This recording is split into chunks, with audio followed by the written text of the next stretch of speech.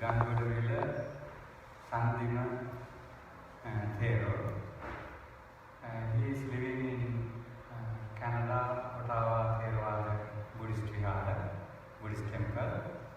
He is very well educated, very good scholar on Dhamma as well as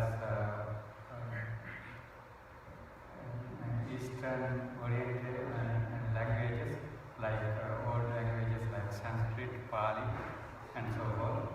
And he has a very good experience with sharing the Dhamma and practicing meditation, especially with the younger generation in this part of the world. And so it's very fortunate for us all to get this experience and knowledge to be shared with all the others. So please, as a mark of welcoming of this venerable one, please everyone say 3 times Sadhu, Sadhu, Sadhu. We will start now the program of meditation and Dhamma discussion.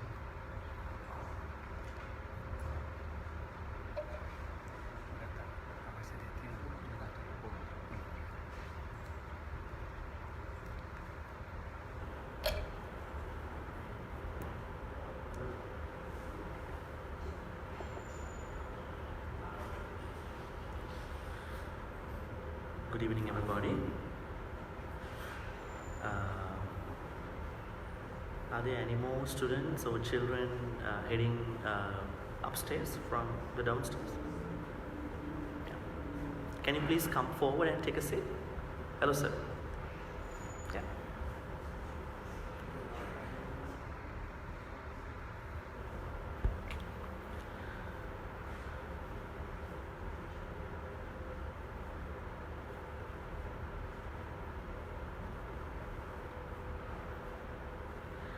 Okay, so yeah, nice to meet all of you. And yeah, so what's your background? I mean, just to know how things may work. How many of you come to Dhamma school? How many of you are normal, regular devotees who come to temple? Yeah, you come to Dhamma school.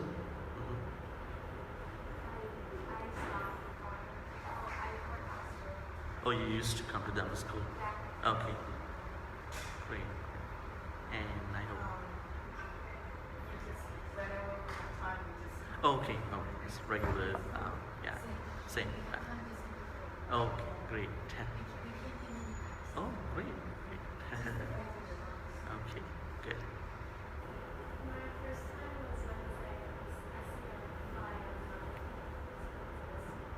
First time? Oh, once before and then, okay. And same, okay. I come to Wednesday night meditation class. Okay. For 3 weeks now. Dhamma school, okay. Yeah, so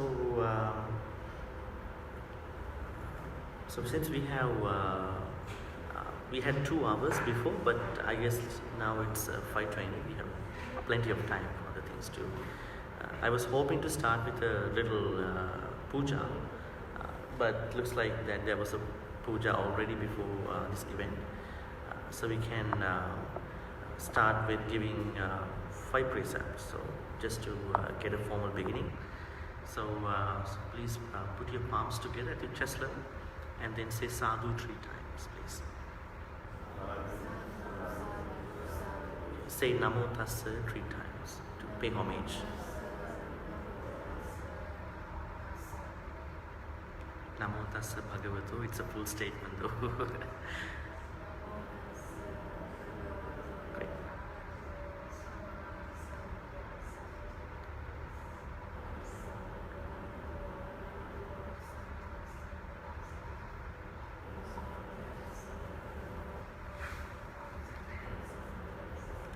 Please repeat after me. Buddhang saranang gacchami. Dhammang saranang gacchami. Sanghang saranang gacchami. Dutiyampi buddhang saranang gacchami. Dutiyampi dhammang saranang gacchami. Dutiyampi sanghang saranang gacchami. Tatiyampi buddhang saranang gacchami. Tatiyampi dhammang saranang gacchami. Tatiyampi sanghang saranang gacchami. Panatipata viramani sikkhapadang samadhiyami. Adinnādāna viramani sikkhapadang samadhiyami. Kāmesu micchāchāra viramani sikkhapadang samadhiyami. Musāvādā viramani sikkhapadang samadhiyami. Suramīraya majjapamā daddhāna viramani sikkhapadang samadhiyami.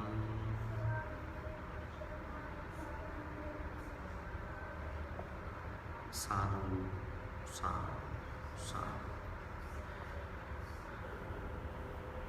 Okay, so that's what you observe the 5 precepts. So, anyone knows what they are? Anyone knows what they are? What are the 5 precepts and what do they mean? I take the precept of, yeah, please.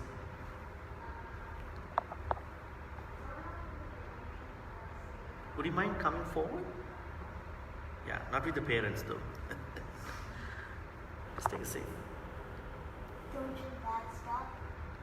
Okay. Why it's in one single word? There are 5 precepts.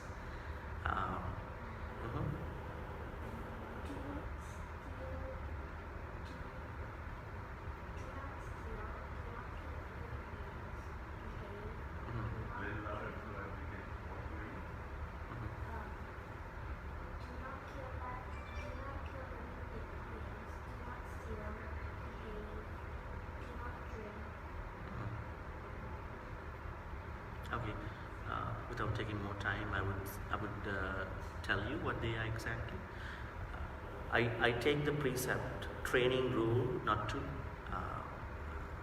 take life, not to kill, not to steal, not to misbehave, not to lie, and not to take any beverage or food, so that you won't be able to make a sound judgment.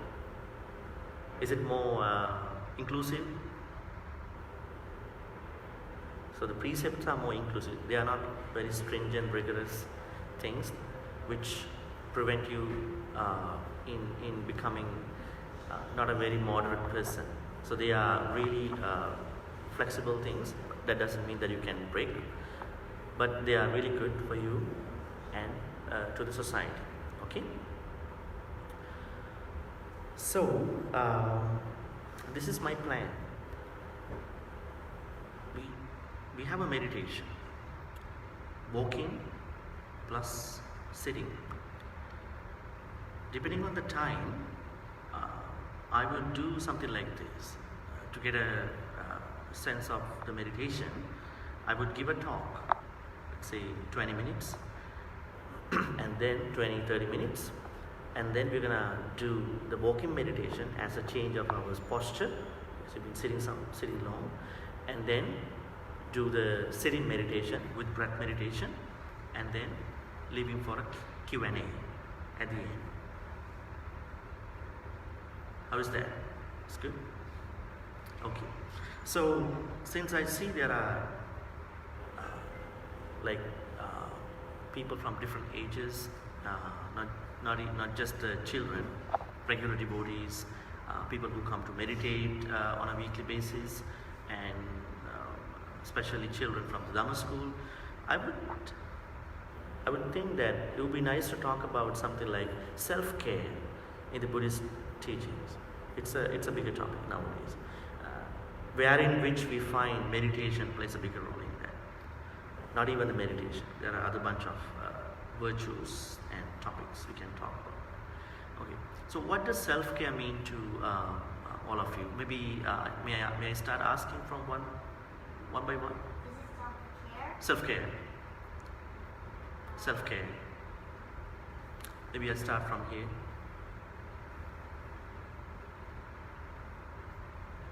Self-care. Is it a big word for you? Cane or care? I'm sorry? Cane or care? Self-care. Caring, yeah. Oh. Caring for oneself. Oh. Yep. I'm sorry? No. What do you think about it? Is it a thing that? Okay. Kind other people. Uh-huh. Respect other people. Sorry? Respect. Respect the people.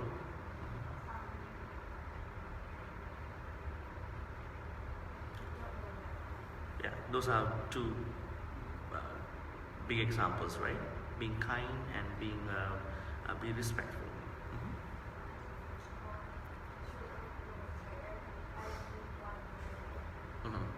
The golden rule. Yeah. Mindful.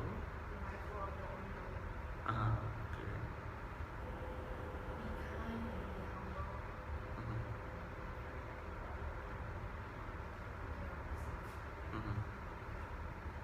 Being humble, being kind.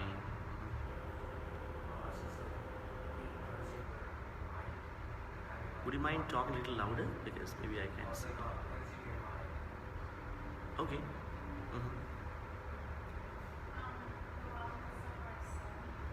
Wellness of the soul. Hmm? Take care of you so you can be able to take care of others. Okay. Take care of you, in a sense, take care of yourself first so you can take care of others.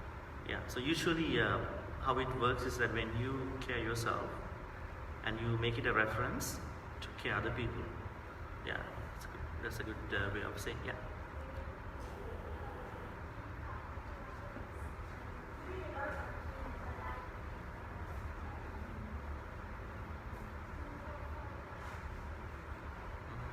Think of others.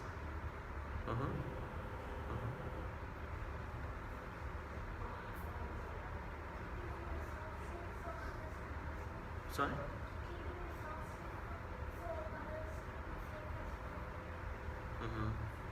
Okay. Who else? I'm not sure who are the other people exactly in the audience. Those two of you. Yeah. Take care of your mind and your body. That is self-care. Okay. Now, different individuals talk about different aspects of this topic. Like some talk about the effect of being caring oneself. So we say self-care means that taking care of one's body and the mind.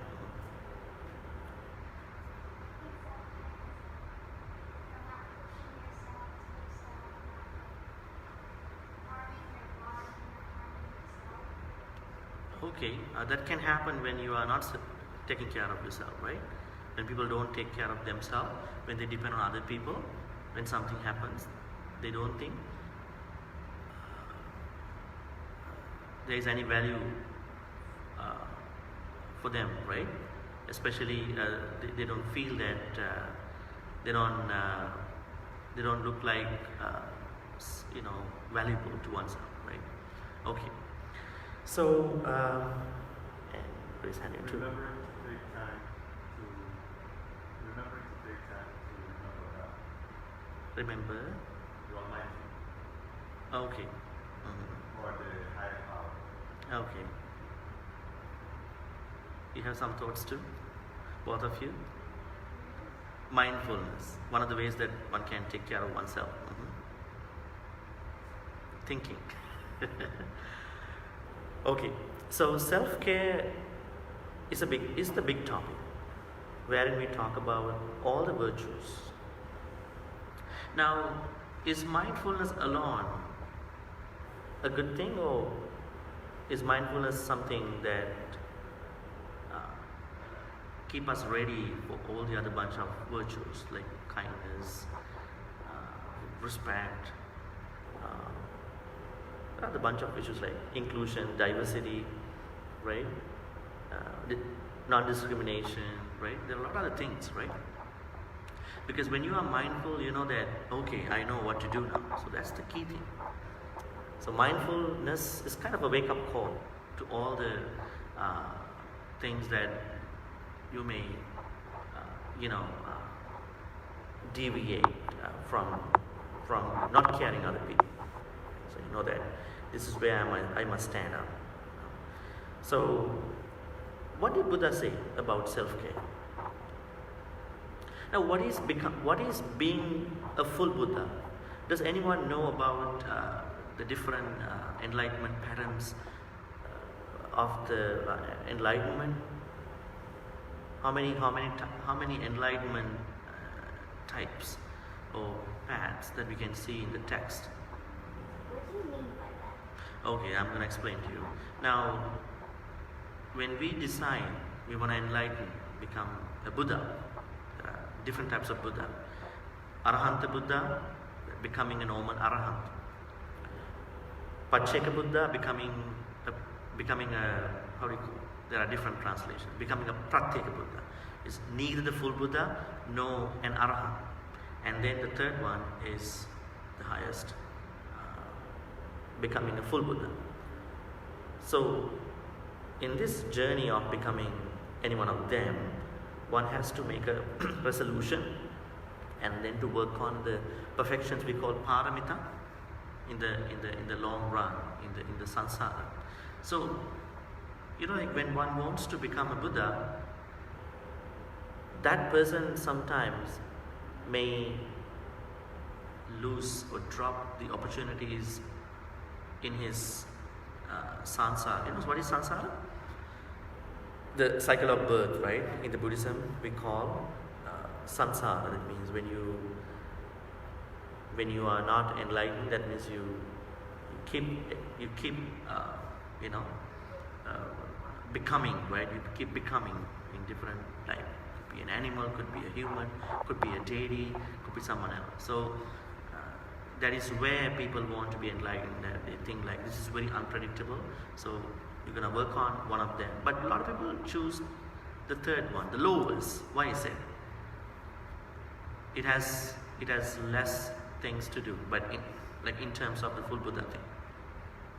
When you want to become a full Buddha, what happens is that particular individual, we call him or her as Bodhisattva, the one who want to become a full Buddha, gives up opportunities in becoming an Arahant, because she wants to help most of the other beings. So, on one hand, like you might feel it's caring for oneself for the sake of, for the betterment, for the good of many other people. So there is something we can find out about self-care, because Bodhisattvas, they work on becoming full Buddha because they want to help a lot of other beings. Okay, so that is one historical type of thing we can know about caring other beings. Second is the teachings. Okay, now in the Buddhist teachings we know, Buddha says, if you take your life and you are breaking the first precept, Yeah, the first precept. Suicide? Panatipat. Yeah, suicide, taking life. Breaking of suicide. Well, some people don't like to say it is committing suicide. They like to say taking life. So when you know someone is taking life, as a Buddhist, that person breaks the first precept. And I think by law, if you survive after a suicidal attempt, you might get arrested. By law, that's what it says. Arrested by the police, because you can even harm yourself for some reasons if you survive. So anyway, taking life, it is breaking the first precept. Why? You can even harm yourself, like hitting yourself, because it is not good. It is because you're thinking to harm a being, including you. That's the key point. So then Buddha says we need to practice loving kindness in the first place for this issue. As children who come to Dhamma school, as someone who come to the regular programs of the temple, you may always know, metta meditation is the meditation that is usually conducted by monks in the temple. So there are four main virtues, highest type of virtues in the Buddhist teachings: metta, karuna, mudita, and upekkha. Each one has a developmental nature. So metta means loving kindness, karuna is compassion,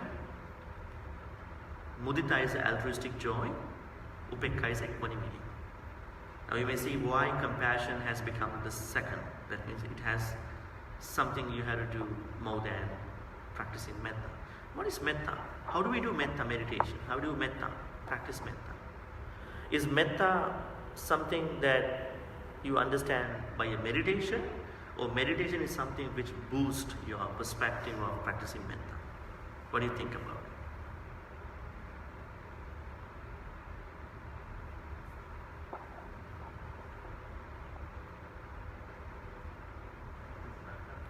it? Metta, loving kindness. Loving kindness, yeah. So, how do we practice? No, I mean, like you may perhaps know that there is a meditation called loving kindness meditation, and then there is this huge concept called metta, for you to practice loving kindness without a meditation. So how do you distinguish these two and then make it a virtue that you consistently practice on a daily basis? How do you do that? I gave you a clue, hint, that was like when you do the metta meditation, what you do is that you are boosting your energy, you are To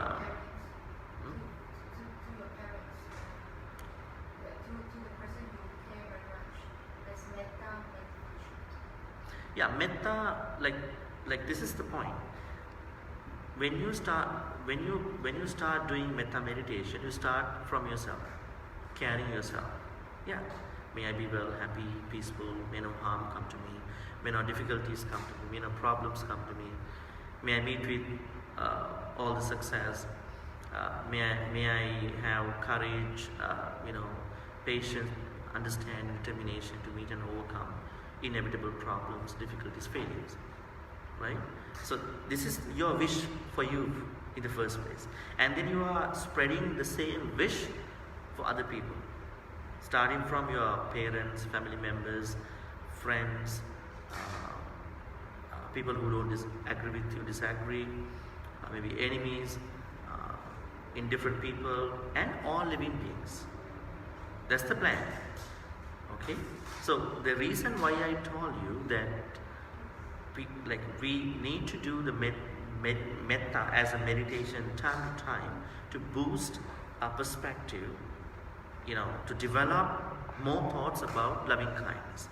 But its practice is more important. Like that, its practice is affecting you on a daily basis. Like if, let's say, when you are at work, when you are with your family people, when you are exercising, when you are driving, when you are talking, that's when you have to put that metta in action, right? So that was what I was trying to tell you. So you are developing, you are revitalizing your metta perspective with the meditation time to time, but the most important thing is how you put your perspective in action at different times. A lot of people get stuck in here at that point. That's why they're gonna discriminate other people. That's why they're gonna see other people as a threat. That's where people find problems with other people. They don't have metta. They don't find peace with other people, right? Because even they do the metta meditation, they don't take it to that level where they are going to make it a normal practice in their life. Okay, so as I told you, metta is the starting point that we all need to do on a daily basis. Whatever we do with metta. Now, some have a hard time in understanding why we start spreading loving kindness to us, metta to us in the first place.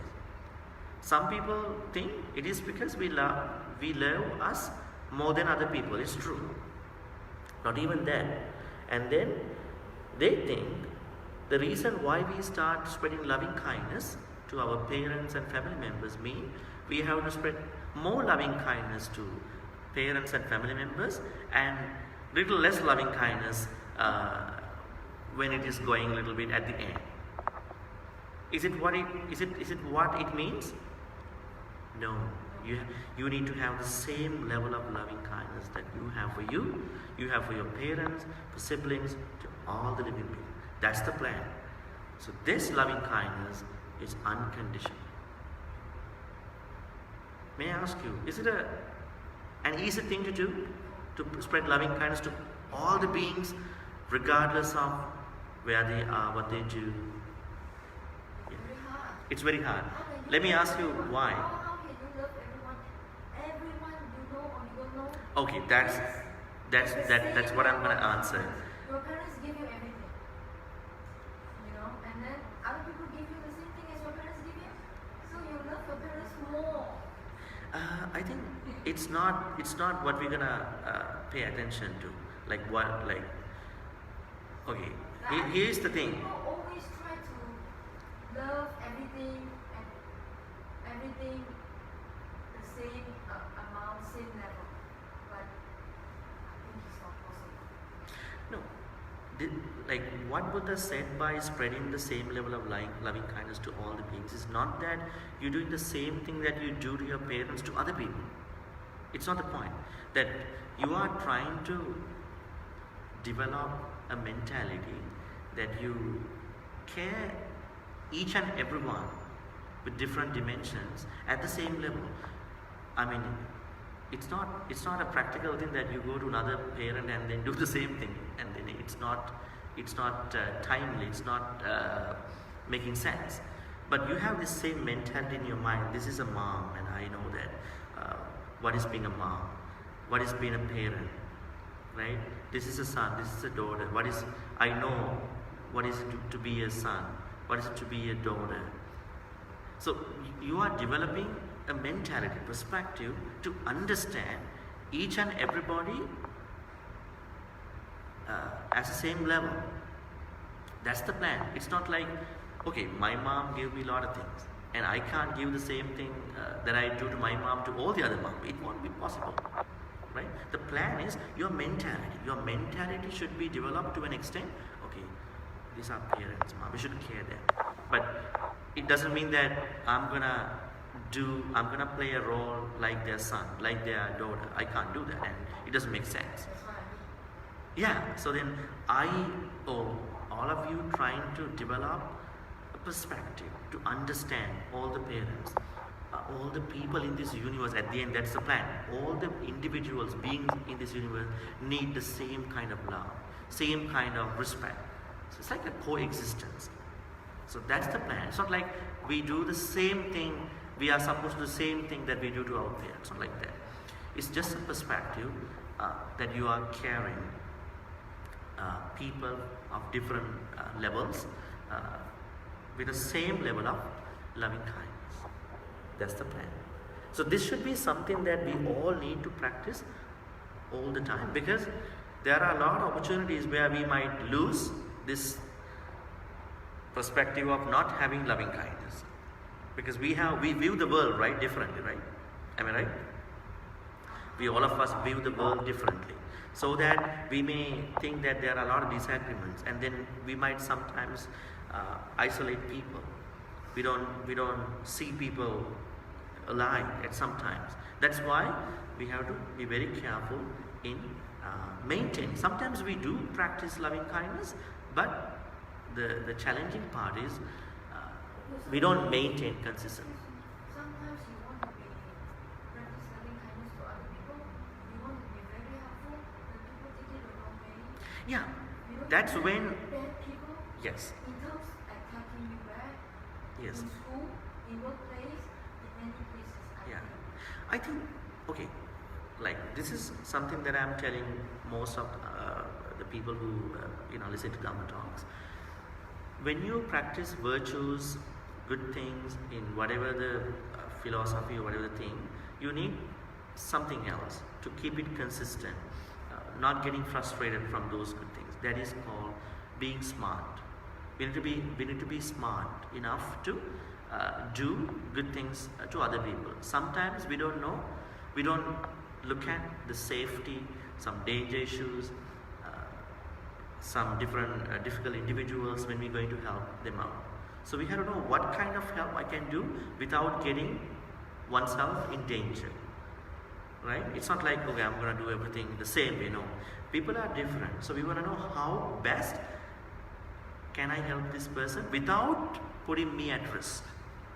That's what I call being smart. We have to be smart in helping, in practicing any virtue, any good quality, not even meditation, not even loving kindness, anything. Because people are different. Now, if people are at the same level, if people are evenly good, then different background. Yeah, people are different. I mean, it's not a surprisable thing. That's why we see people are different in their understanding, in their physical body, in how they expressing their views, right? So anyway, the point is that we're gonna spread same loving kindness. That means we're gonna have a perspective of thinking, considering, treating everyone at the same level of loving kindness at all times. We are trying to make it happen, but we may not be successful sometimes, but it's okay. But we are trying our best to be, doing that. So metta is the bigger part. And then the second thing is karuna. Karuna means compassion. Now, you might have sometimes found out another word called empathy. What is empathy? Empathy and compassion has a difference. Empathy means when you empathize, you are trying to feel the pain of the other person, trying to feel. But you can't help more than that. You just try to empathize yourself by looking at the other person. Maybe you don't have money, you may have some other issues, so that you can't be that direct, straight to that person to help out. Maybe it could be a global issue. You can't help out that much. It should come from a political scenario. Anyway, but you are trying to empathize, at least to feel what is it. What is this pain like? Compassion means you take another step.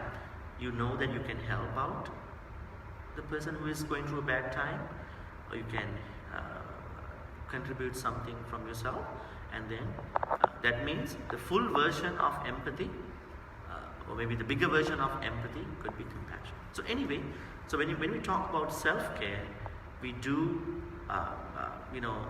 understand it is metta as well as karuna.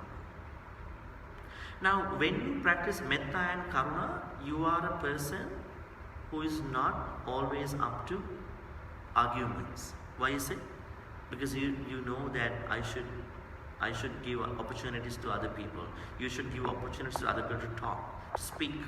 Sometimes some people don't like other people talk a lot, right? Because they want to take the last word, right? You are more listening than talking. You are caring other people. When you are driving, what do? You are letting other drivers to pass by, right? You're not like holding all the time the fast lane. You are letting other people go, you know. So that kind of a culture comes from metta, because you know that everybody should enjoy, even the beings, animals and everybody, right? So respect. I think respect comes as a consequence of practicing metta and karuna, which you call loving kindness and compassion. And then we talk about mutual respect and everything. What are the other big things that, okay, being humble, it's a self quality, right? So, yeah.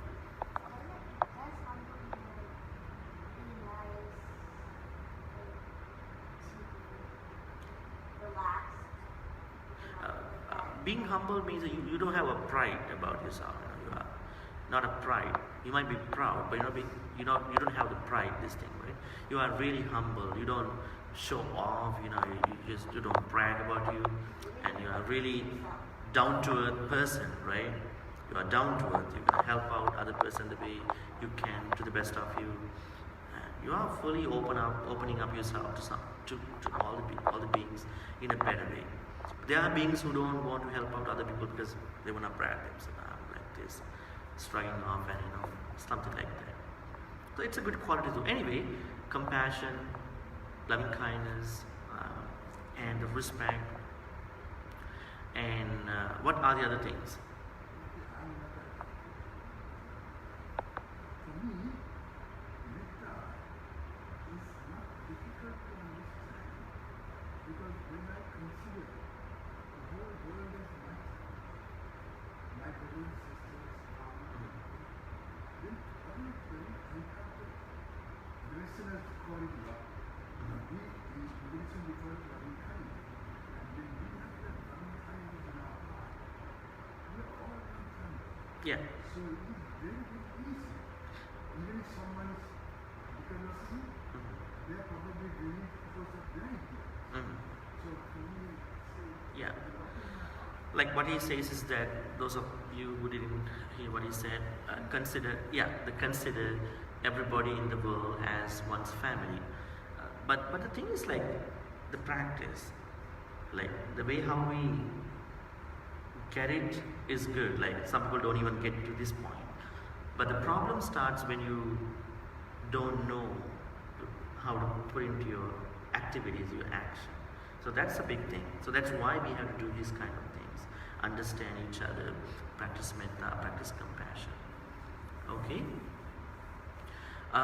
What about the other things that we can practice self-care so that we respect, we consider all the other beings as we do to ourselves? Inclusion, it's a big term for all of you, right? We're going to include everybody. We don't look at different individuals in a kind of a way that we disconnect them from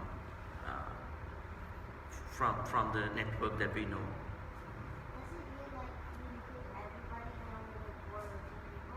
I'm sorry? Does it mean like you include everybody, not just one or two people? No, inclusion means it's a kind of a word that comes from human rights and all these things. Inclusion. Okay. Yeah, inclusion means that we do not exclude anybody, like discriminating anyone. Into what? Into your perspective of treating everybody alike. Like if you have like something you want to include everybody. No, we don't have something like when we look at, when we think, when we when we come up with an idea, we don't discriminate anyone. We think that everybody is in it. So then it's a bigger word in the human ethics, so that we can work on it. When you say metta, it's mostly an abstract word, right? But when you talk about inclusion, we can bring it to everywhere. It could be a school, it could be university, it could be anywhere. So, yeah. we have to be mindful that we include everybody, mindful that not everyone is the same. For example, let's say someone does not have sight, cannot see. Yeah. Now, in some ways, you're going to treat the person with respect, like you would a person who has eyes. But you have to understand that the person cannot see. So, you have, in this case, you will discriminate and say this person cannot see, and you will be kind and helpful to the person. Let's say there's a street, you're going to help the person across. So you have to distinguish. Yeah, the person, you treat everyone, include everyone, love everyone, but certain times you might want to discriminate and be mindful that this person has a limitation and try to. Yeah, like inclusion doesn't mean that we don't understand different people. We need to, sometimes some people need more loving kindness, right? Some difficult people, there are some difficult people, there are some differently able people, they need more loving kindness, they need more good things from us. So while considering all these, let's leave for a Q&A session later, because otherwise I can't go and talk.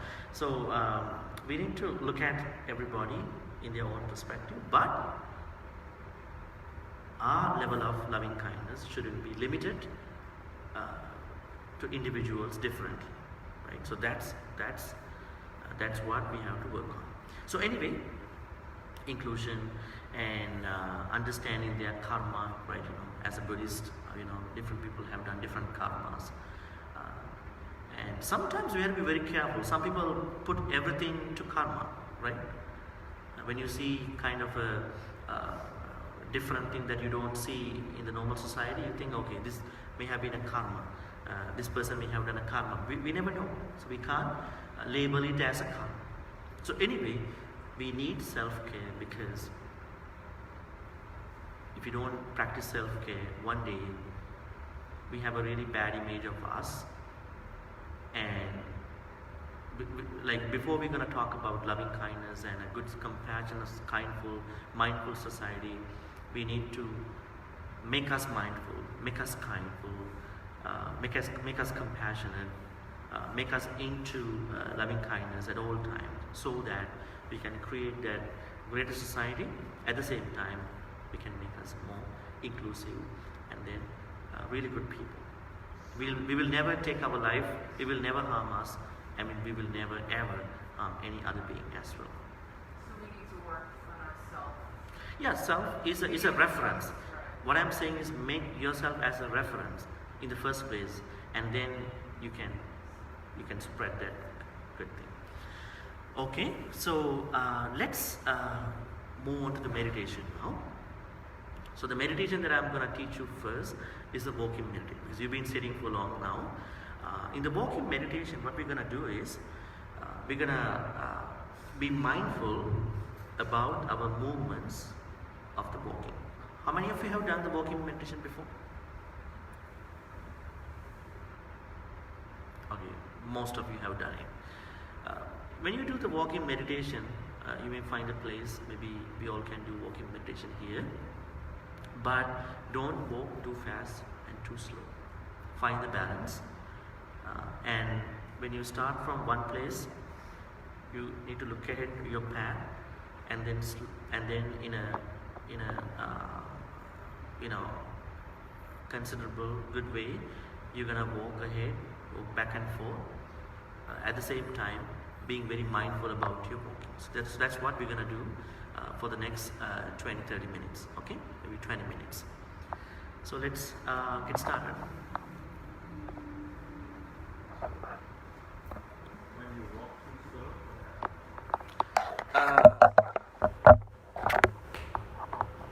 Well, different people walk differently. yeah. If you have a reason, health reason, it's okay. Yeah. Are you doing anything with breath when you walk? No. Are you just This is just walking. The breath and other things we're gonna do after being seated. Okay.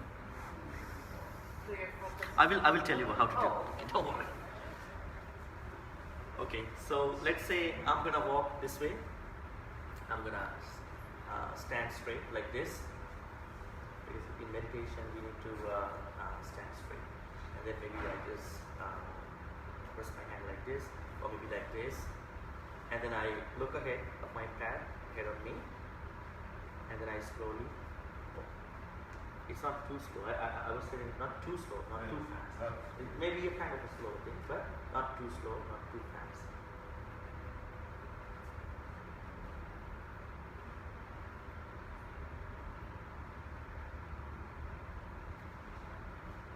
So when you are walking, you know that you are lifting your foot, moving it, putting it down, pressing it down, and then back to the lifting of the foot. So find your own place, maybe don't be down. Find a good place to do the walking meditation. Each one can do one meditation, walking meditation. And your concentration space.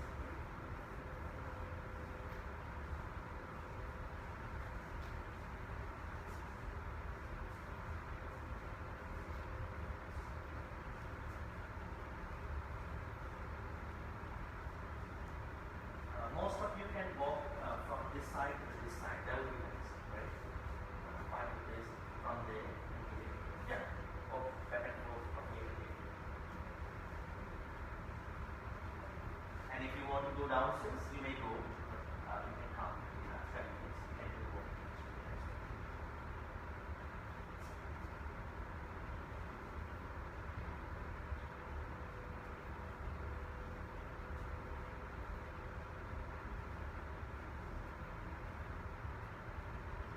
How about two of you? Are you gonna do meditation too? Okay.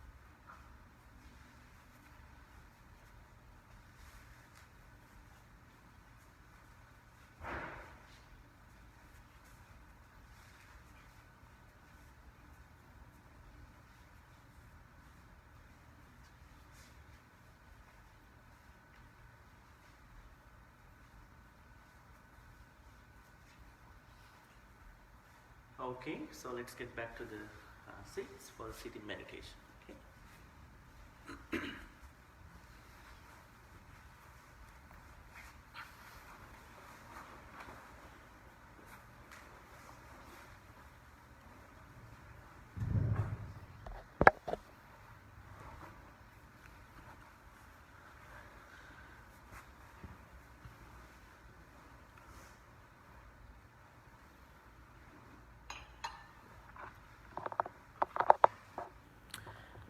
Are there anyone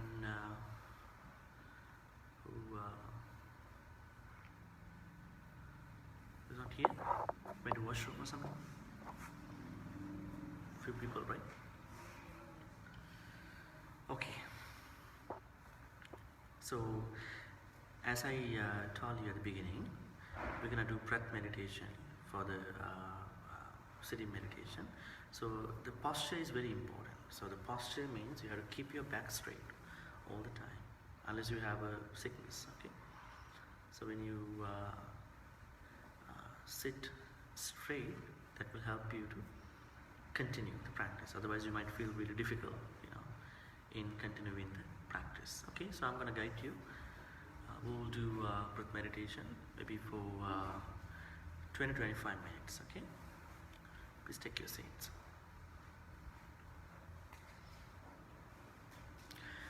So, like for most of us, we know that closing the eyes will be good. That will help you to stay focused. So, I suggest that you close your eyes, and you have to really be, respectful about others' meditation. So, when you move your foot or whatever feet while meditation, be careful. So let's cooperatively practice the meditation.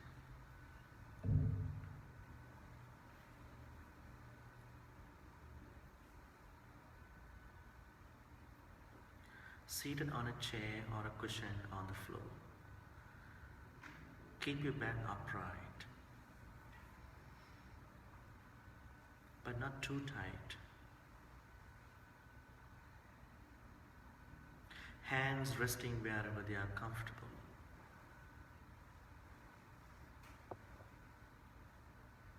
Tongue on the roof of your mouth, wherever it's comfortable.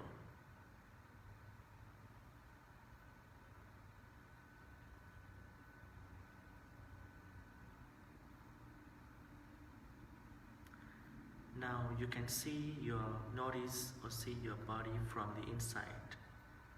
The first thing before the actual breath meditation is to prepare your body for it.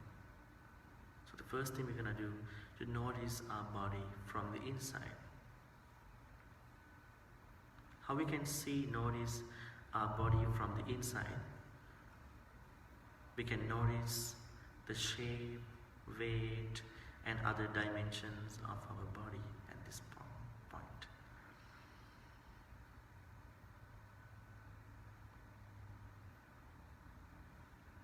So this is just for an overall perspective of your body to see from inside.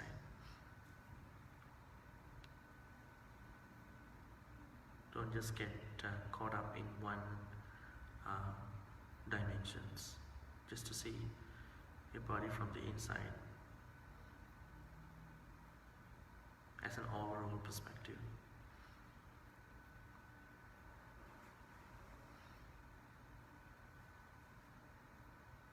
You can become more curious about your body. How can we do that? You can pay attention to the connection your body has to other objects now. Let's say when you are sitting on the floor, it's the floor and your body. If you're sitting on a cushion, you can see the connection between your body and the cushion, the floor. If you're seated on a chair, you can see how your body lies on the chair.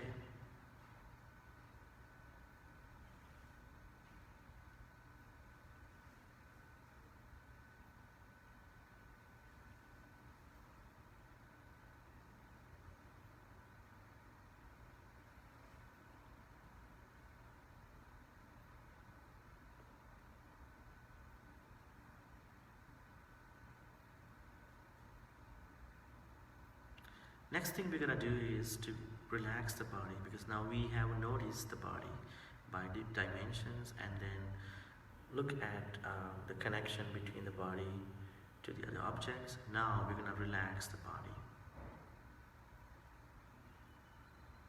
How are we gonna do that?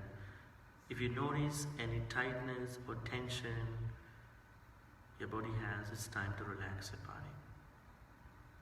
Sometimes it might be necessary for you to take an exaggerated breath, like take a deep breath. But you can't do this in the actual breath meditation, but because this is a preparatory stage, you can do it. Take a deep breath, and then you can calm yourself that way.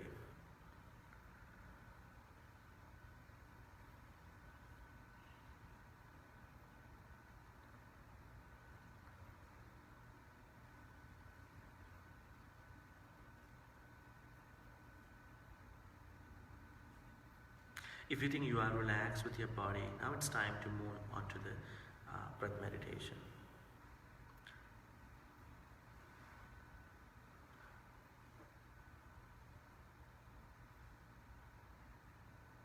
Feel the natural flow of your breath in and out. You don't have to do anything. That means you don't take any breaths. Your breaths could be long, short, or a mixture of them, but you just watch your breath. Just watch whatever the breath's happening.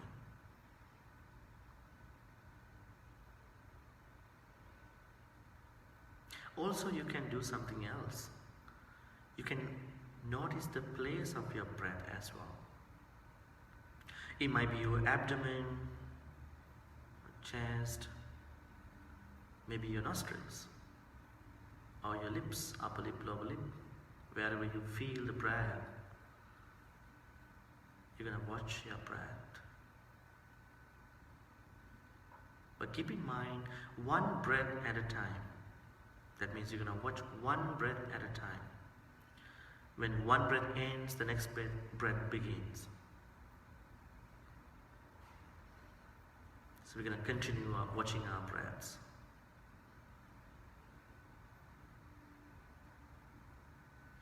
As you continue the practice of watching your breath, sometimes you might feel your mind starts to wander.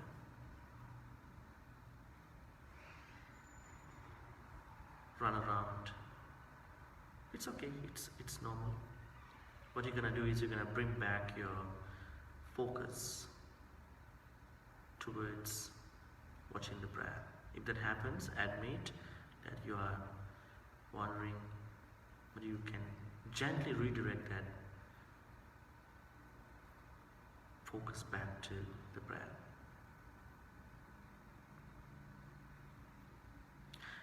Breath meditation is one of the ideal ways of practicing self-care as a meditation, because you are caring your body, you're caring what's happening, you're trying to notice what's going on inside of your body. So it is one of the ways of practicing self-care. Okay, so let's continue watching our breath for some time.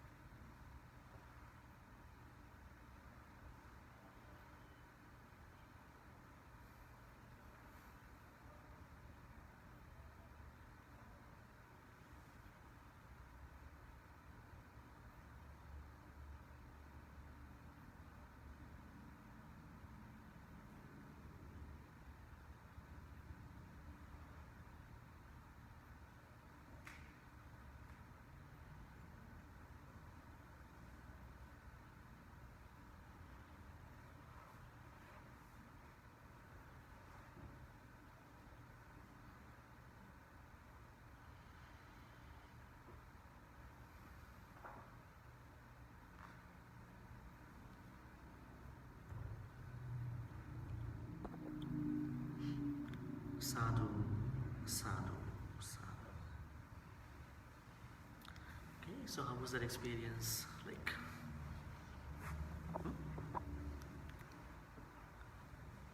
So we meditated for like 25-30 minutes. Sorry?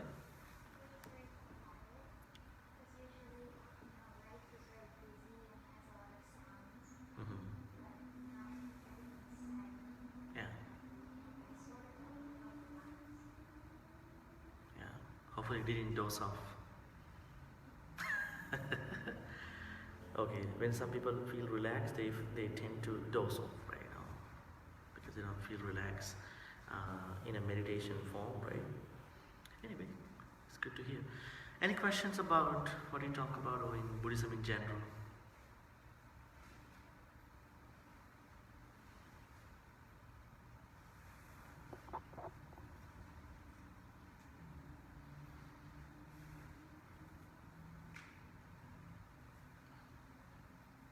Yeah, please. What does it mean to be awake? I'm sorry? What does it mean when you say that someone is awake? Someone is awakened. Awakened in the sense of awakened from the sleep of defilements, kilesa. Yeah, it's a big question. Deep question. Do we have to do any meditation in our normal activities as well? Like when we did walking meditation, so we walk that we know. We can do that, right? When you walk outside or in your normal walking, you can try doing this. Usually people have a secondary thought when they walk. They thinking about where I'm walking to, and then they don't pay attention to the walking pattern and walking, that full thing of walking. What about like other things? Stand, sit. You sit. Are you really mindful about your sitting, your standing positions, lie down time? What else? Eating, it's a good time. It's a good thing to talk about. Are people mindful when they eat? How can we be mindful when we eat? Do we really care ourselves when we going to eat? How much we eat? How we eat? How often we eat? Do we mind these things? Do we really mind? Let me ask wrong. Yeah. Do we mind? What did Buddha say to us? We need to have a life which has the path called Majjhima Patipada, called moderation, middle path. So if we're working on the middle path, then we shouldn't go to any aim. Not too less, not too much. But where is our boundary? The boundary is different from one to one. Right? Like how much and where and all these things depend on, different people. But we know we have to go in moderation. That's the key thing. So when we eat, we have to figure out how much we eat. Do we need to fill out the whole tummy or not? The Buddha said, don't fill out your whole tummy. Leave some space for water. Remember that story? When one king called King Kosala came to see the Buddha, he was really embarrassed, because he has eaten too much. And then Buddha asked why. And he said, I'm like this, I ate too much today. Buddha said, when you eat, do not fill out your whole tummy. Just leave some space for some water. That helps you, continue with the other activities. So think about it. That means when you eat, if you are really mindful, you know how much I'm going to eat. That's a good thing. That's how you can be mindful. And like a lot of people talk when they eat, right? Could be a social thing, but you can keep your voice to a minimum and then, pay attention to the food that you're eating, so that it will help digest your food in a smooth way. Because when you talk and eat, you eat too much. Am I right? You don't care about how much food you eat. Oh, there are people, so they don't care about I eat. And my focus is my conversation. People think like that. So if you keep your voice to a minimum, I don't say you can't talk, but if you keep your voice to a minimum and then pay attention to the food and the quantity, that will be a nice thing. What about the food cravings? Yeah. Should I watch what I eat? Should I think about what I'm eating? Like, should I be careful about what I eat? No, I'm concerned about what food we eat. I mean, especially for a balanced, healthy life, that's up to different individuals. And the second thing is how much food you eat to have a comfortable, day. Because if you eat too much, that can be a setback for your spiritual life. Because if you feel like you are heavy in your body, you might be very lazy even to do a good thing, even to help out someone. You feel drowsy. That will not be a good thing. That's why I'm concerned about, Buddhism concerned about how much you eat and food cravings. What about the food cravings? People care about the craving, right? Tanha in the Buddhist teaching, but they don't care about food cravings. So we have to cut down on some food, cravings about food, right?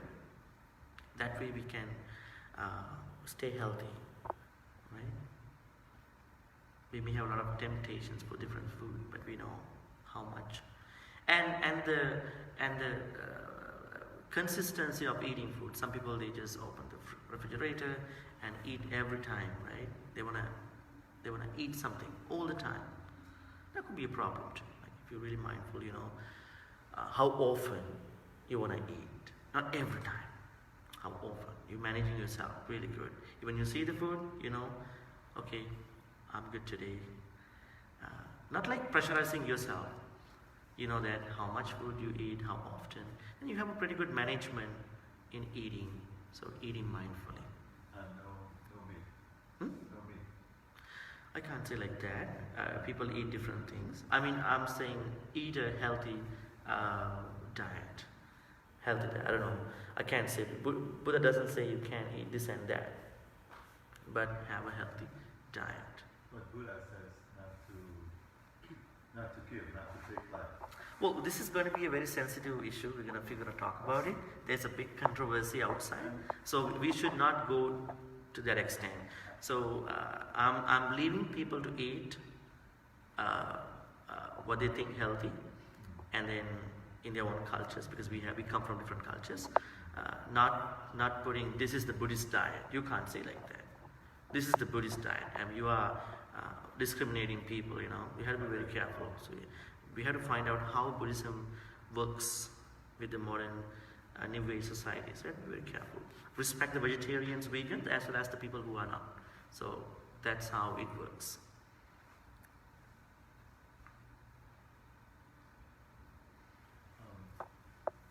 Food can help us or harm us. Mm-hmm. Food is our body, what we put into our body. Can help the body or hurt the body. Yeah. So, again, discrimination. At times we have to practice discrimination as is necessary, because discriminating conscientiously with our minds, we discriminate in a good way, that this can help, or the Buddha, this is what the Buddha says, and to follow the middle path, follow the way. Yeah. It's an individualistic thing. I don't want to go into different people eating patterns and what they eat. What I understand from Buddhist teachings is that you eat a healthy diet. A healthy diet is changed every year. Right. Even if you take a look at the food, what do you call it? Food handbook of food or whatever. Every country they change every year, because sometimes this is not good for cardiovascular patient this year. Next year they're gonna change it. So I'm telling on an educated guess, not like going to be very doctrinal. I'm thinking it's good to follow up with a healthy diet. So doctors never say you have to eat too much. Yeah. So follow that sense, and then at the same time, you know, wishing the safety of all the beings. So. When you meditate, is there a direction you should sit? East, west? Is there? Yeah. I don't think so. No. I don't think so. What's the? But you know what? Like when you meditate, like you meditate in a place, right? So houses are normally constructed under a code of under building code. So then you are anyways, you are sitting in front of a Buddha statue or in a better place in the house. So it's basically in a place like this, or like do we have any choice, like when you have to sit here for meditate, you can actually look straight at the Buddha statue. We see the Buddha when we're here. When we're here. Yeah. I was. Well, I don't think directions are Directions are not. impacting the progress of meditation. It's just how much you can manage yourself, your distractions and your peace of mind. That's our concern, not the direction, not the place. Sometimes even you are in a place of lot of noise, but if you know that this is what you want to achieve, you can make it. You don't care about the ambulance, you don't care about the police cars, you care about the vehicle. It's about how you manage yourself. Remember the Zen story. There were two individuals. They were debating about a flag. Someone said the flag is moving. The other person said, no, it's not the flag, it's the wind that makes the flag moving. And then this was a big argument. It's a Zen story. And then they brought it to the master, and he was like looking at what the arguments are like and said, no, it's not. It's neither the flag nor the wind. It's your mind. That's it. So this is where we're going to find out if you really want to calm yourself, you can do it anytime. But it takes time. Like you can do it here a little better in your house. Maybe a little better than not like this, maybe somewhat like less than this, but in a place of a lot of noise, it's a challenge. But if you get used to it, you can do it. It's your practice. How you think, what you really want to wish. So that's something, and I don't think directions or any other thing can make an impact. What's the aim of meditation? Well, it could be secular, it could be non-secular. It depends on individuals. Like, I don't think like many of you don't want to attain Nibbana today, right? And you just came to have a peace of mind to, sort of like feel yourself calm. And then, so we encourage meditation as something which helps out people to calm them in the first stage. But there may be some serious meditators in the Buddhist practice. They may wish to attain Nibbana. So it depends on the individual's seriousness, and nobody's good or bad. It depends on what they really want to achieve. So let them practice the way they want with their goal. Isn't it also help you realize the impermanence of nature, everything in the cosmos? Yes. Vipassana. Not that we learn, we tend to learn about it, but it's only in meditation that we experience it. Yeah. That's what I have been told, Mhm. which I think is correct. I have done some meditation, and you can really experience when you're doing the walking meditation. You observe, you're mindful of your feet touching the ground. Yeah. You just don't walk. Like normally when you walk, you don't feel that because you walk for a different reason, right? But when you walk to understand you're walking, that could be a different thing. But today you walk to know what is your walking like and what is it, that could be a different thing. The moment you start to eat, to see how you, like, what is your eating like, the habit patterns and everything that I talk about could be different. feeling, and you might be really insightful at that, maybe wise about your food, your eating habits, your eating. Be more mindful. Okay, so are there any more questions? We can have another one question and then we can wrap this up. Yeah, please. My question is, how is it possible for like an enlightened person to have a relationship over the time with other people? Like, how is it possible for them? How is it like to have someone to have a relationship with someone else? Yeah, that's like not enlightened. No. Like an enlightened person. Okay, enlightened person, what do you mean by enlightened person? This person who has attained Nibbana? Who has attained Nibbana, or a normal person who is enlightened? Like who's like found peace within themselves. Like they reached enlightenment. Would you elaborate a little bit more? Huh? Would you elaborate your question a little bit more? Like an enlightened person, like how is it possible for them to have like friends or like close people to them that aren't enlightened themselves? Okay, I mean, in the Buddhist teachings, Buddha says you need to choose wise friends, especially for a intimate, serious connection. There are 4 bad friends and 4 good friends in the Buddhist teachings. You need to take a look at who they are. You need to feel whether your path is crossing with their path. The same interest, mostly, at least much of their interests are whether they are crossing your path or not.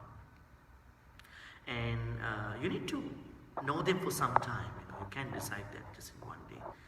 You need to know how things are going. And spiritually speaking, Buddha says there are 4 main things that we have to consider. What are they? Saddha, Sila, Chaga, Panya. So these are the Pali terms. Saddha means trust. Whether I can trust this person.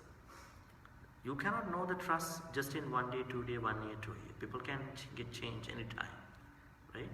I mean, but we like people change for a good reason, for the goodness.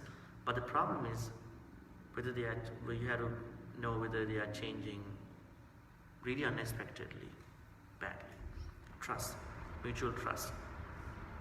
And then integrity. I mean, I'm talking about how to choose a good friend and to keep that whatever connection, relationship. Integrity. Integrity is a very big thing because it's about the changes as well. Integrity. And then generosity. You want to know whether this person is generous as you, or maybe better than you. Sometimes you might be generous. The person that you're trying to be with might be less generous. There could be some problems as well, right? Mutual generosity. That means the way the both think about generosity, if that is going to be similar, that will be better then. And also wisdom. If this person always being wise in making a plan or a choice or a decision, that will be better. So there are 4 main things that one can consider in becoming friendly, intimate, close to someone. It doesn't matter whether the individuals are enlightened or not. What matters is these 4 parameters. But we don't isolate people, but we don't take people we don't take people so close without considering these 4 things: trust, integrity, generosity, and wisdom. Okay, so let's wrap this up. And then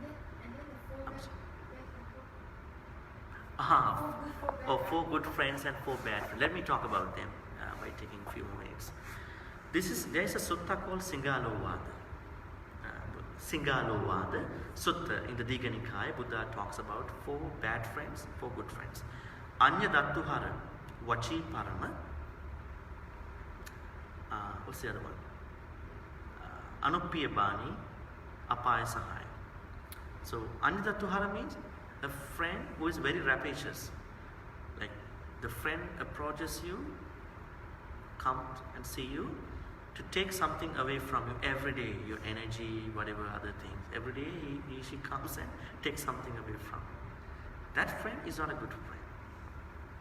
Not generous. All the time come meet you, take something away from you. Maybe you feel like it's a drain of your energy. The first one. Second one, Vachi Parama, the person who gives lip service. What does it mean? Let's say when you approach that person for something, oh, I could have given you some money if you had come 2 months ago. And then she treats you from the past, or maybe from the future. She never want to help you, but trying to say different things to justify, good help, but yeah, lame excuses. Anupiya Bani is someone who speak good about you in front of you and then speak bad about you behind. Right? You have to know such people. Third bad friend. The fourth bad friend is someone who takes you to waste your money, where you feel like you are squandering your money, waste your money, maybe some nightclub, some party life. Buddha said these people are really wasting your time, and then you will become the same at some point. 4 bad friends. 4 good friends, Upakaraka, Anukampaka, Samana Sukha Dukkha, Attakkhaya. Upakaraka friend is someone who is always supportive to you, always. No matter where, when, what, always supportive to you, want to help you out. And then Samana Sukha Dukkha is someone who is always inquiring whether you're good or bad, how are you doing, always concerned about you. I think at least 1, 2, 3 friends are like that. I don't know how many of you have such friends. You are blessed to have such friends. And then Upakaraka, then Anukampaka. Anukampaka means someone who is very compassionate towards you, always compassionate, who is always compassionately reaching out to you to help you out. The last one is Attakkai, a counselor, someone who can really give you a guidance. Now we don't have that many friends, especially such a friend who can counsel. Sometimes most of the friends, they depend on us. We can't find a friend who can tell us, hey, you're going, this is the wrong path, you shouldn't choose this. Look, these 2 sides, There are very few number of counseling friends. So if you can find such a friend, it's good. So Buddha always asks us to find one of these, as I said to you, in the good category. Someone who is always supportive, someone who is always compassionate, someone who is always inquiring your life, and someone who can counsel you, especially not like a counsel, but who can give you a good wise advice about yourself and your path. So then you are lucky if you can find these friends. If you already with such bad friends, be very careful. Be very smart how to keep up with them. Okay? Okay.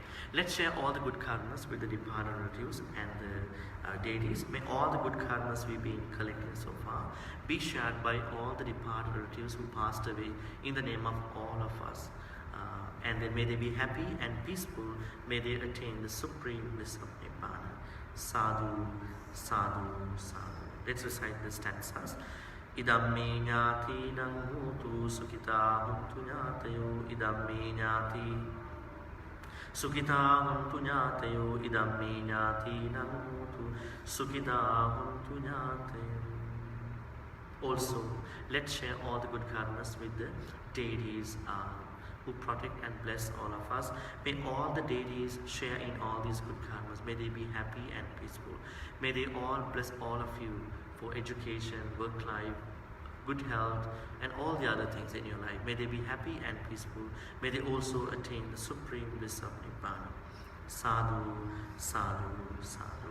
Ettavata cha ammehi sampatang punya sampadang sabbe deva anumodantu sabba sampatti siddhya. Ettavata cha ammehi sampatang punya sampadang sabbe bhuta anumodantu sabba sampatti siddhya.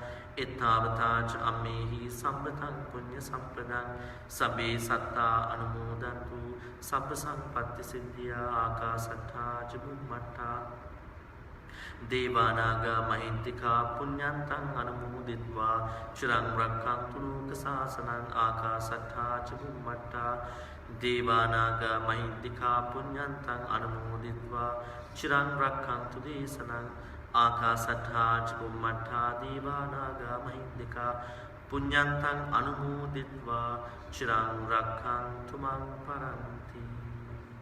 Finally, let's make a great wish. May all the good karmas we've been collecting so far help all of us to attain the supreme bliss of Nibbana, the goal of Buddhism, Nibbana.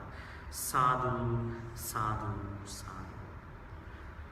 Abhivadana silisse niccang baddha pachayino chattaru dhamma vaddhanti ayuvanno sukhang balang ayurarogya sampatti sagga sampatti mevacha ato Nibbana sampatti iminati saminjati. Sadhu, sadhu, sadhu. Okay, that's the end of the poem. Thank you. Have a good night. Thank you. You're welcome.